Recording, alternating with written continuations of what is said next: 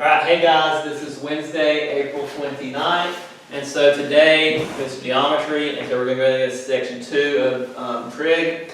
And so today's lesson is over special right triangles, and so trig basically encompasses all right triangles, meaning you could have one angle be a measure of 1, and then the other one be the measurement that works with the triangle. And so it basically can scale anywhere up and down the length of measurements for the angles, with the right triangle being the one angle being 90. However, there are basically two basic special ones that we use a lot that just show up over and over and over again. That is going to be our 45-45-90 triangle. So in other words, where one angle is 45, the other angle is 45, and then of course the right angle. And then we also have our 30-60-90 right triangle, where one angle is 30, the other is 60, and then of course the right angle. And so those two triangles repeat over and over and over and over again applicationally. And so those are what you're going to work with a ton with trig, is going to be those two. Now, the way this works, remember that sine was what? Sine was opposite over hypotenuse. Cosine was adjacent over hypotenuse. And then our tangent was opposite over adjacent. And so what happens for our 45-45-90 triangle, this is found on page, at the top of page 589. It gives you theorem 14.1. It states if the length of a leg of an isosceles right triangle, 45-45 right triangle, is x, then the length of the hypotenuse is x squared of 2. And so basically what happens is for a 45-45 triangle, obviously the 45 and 45, they're going to have the same sine and they're going to have the same cosine, because it doesn't matter what angle you're looking at. Whether you're looking at this 45-degree angle, they're going to be the same, and whether you're looking at this 45-degree angle, they're going to be the same, because you're looking at 45 degrees. And so either way. And so what happens is basically you're just going to use the Pythagorean theorem there to prove that out. Essentially what happens is we're going to do the basic one. And so what happens is it works, what's a good way to say it? No matter what the length of one of the sides are, this will work. And so basically if x was 10, if one of these if this was 10, then you could plug in the 10 here, the 10 there, and the 10 there, and that would be used to get your sine, cosine, and tangent. If you did, so no matter what x is, it'll work basically. But the base one is when x is 1. And so when x is 1, that's our base triangle. And so I'm going to work with the base triangle here first off. And so basically what I'm going to do is I'm just going to say, okay, x is 1. So if x is 1 here, so x is 1, x is 1, x is 1, then my sine for that would be, just doesn't matter which 45, they're both going to be the same. So the sine of 45 would equal, opposite would be 1, over hypotenuse would be 1 square root of 2. So be 1 over square root of 2. Basically, I'm just plugging the 1 into the x for my base triangle. So when I do that, opposite would be 1. Hypotenuse would be 1 square root of 2, or just square root of 2. Now when you rationalize that, you multiply square root of 2 times the square root of 2. Then multiply the top by the square root of 2. And basically you get a sine of square root of 2 over 2. So your sine would be square root of 2 over 2. Now if I did the cosine, then the cosine would be adjacent over hypotenuse, so it would be 1 over the hypotenuse of square root of 2. So it would be 1 over square root of 2. And then that, when you rationalize, would become 2 over square root of 2 over 2. Then the last you would do would be tangent of 45. Tangent of 45 would be opposite over adjacent. And so it would be 1, opposite of 45 would be 1, over adjacent, which would be 1. And so 1 over 1 would equal 1. And so what happens then, so that would be your basic ones. So the sine of 45 is going to reduce to square root of 2 over 2. Cosine of 45 is going to reduce to square root of 2 over 2. And then tangent of 45 is going to reduce to 1. And so that'll happen every time. The only thing that will change then is going to be what x is, what you start with. So if you start with 10, it would be 10 times, if it starts with 10, it would be 10 squared root of 2 over 2. And so that's just going to change what you plug in for x, but the actual math from your base triangle will be the same. And so that is going to be how you do the 45 one. Again, as long as you have down the opposite over hypotenuse is your sine, adjacent over hypotenuse is your cosine, and then tangent is opposite over adjacent, then it's really just working with the triangle. And since 45 is the same, it's going to be 45, the cosine and sine will match. Our second one is our 30, 60, 90 triangle. This is on page, where am I at? This is on page 590. This deals with theorem 14.2. It says if the length of the leg opposite of 30 degrees angle of the 30, 60, 90 triangle is x, then the length of the leg opposite of 60 is x squared of 3, and then the length of the leg of the hypotenuse is 2x. And so opposite of 30 is x, opposite of 60 is x squared of 3, and then your hypotenuse is 2x. So again, opposite of 30 is x, opposite of 60 is our x squared of 3, and then opposite of the right angle is 2x. So again, what you need to do, and this is what I'm telling you to do it. I need you to draw this triangle for your, and label it 45, 45, 90, and then do this triangle and label it 30, 60, 90, and label it exactly like that. Because these are going to happen over and over again, so you have to get this understood, what's opposite of what. So opposite of the 45 is x, opposite of the hypotenuse is x squared of 2. Opposite of 30 is x, opposite of 60 is x squared of 3, opposite of the right triangle is 2x. That's the lesson, that's what you have to get down. Because the rest is just plugging in.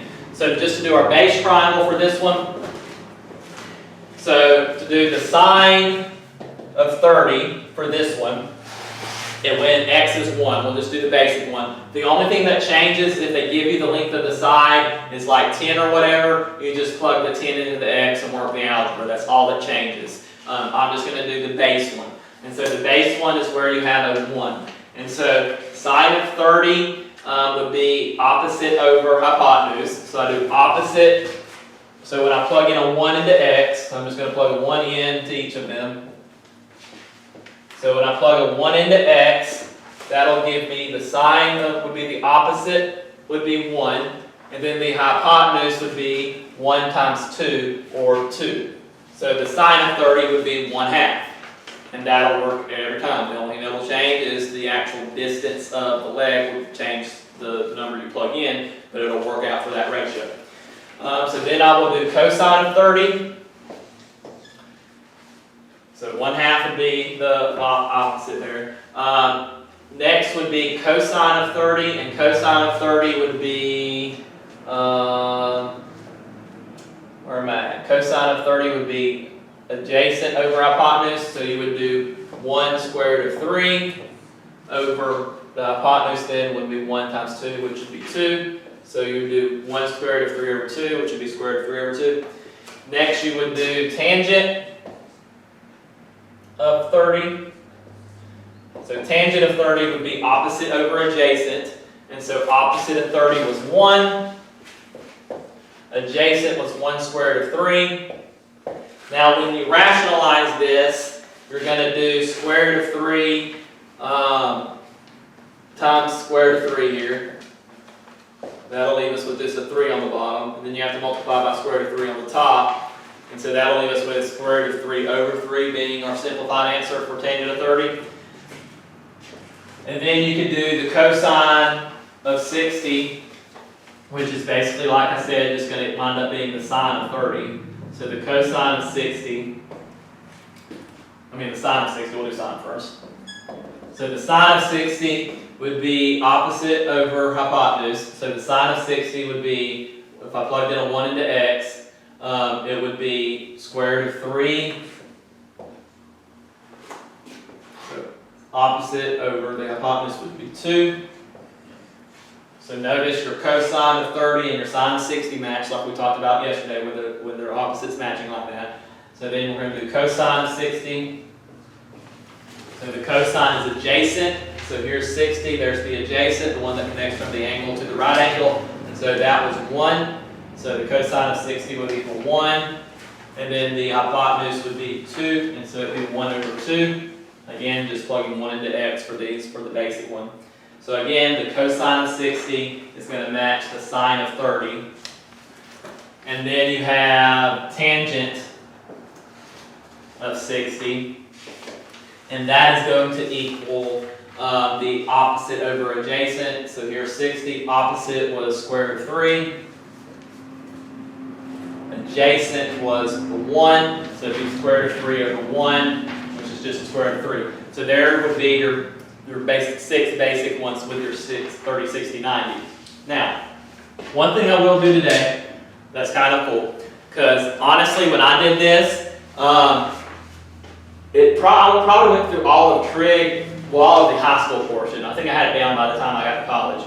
But this part right here, while I'm stressing having these written down, is because that's what kind of took me the longest still to kind of figure out, okay, opposite of 30 was x, opposite of 60 was x squared of 3. So it kind of took me a second to kind of get that oriented.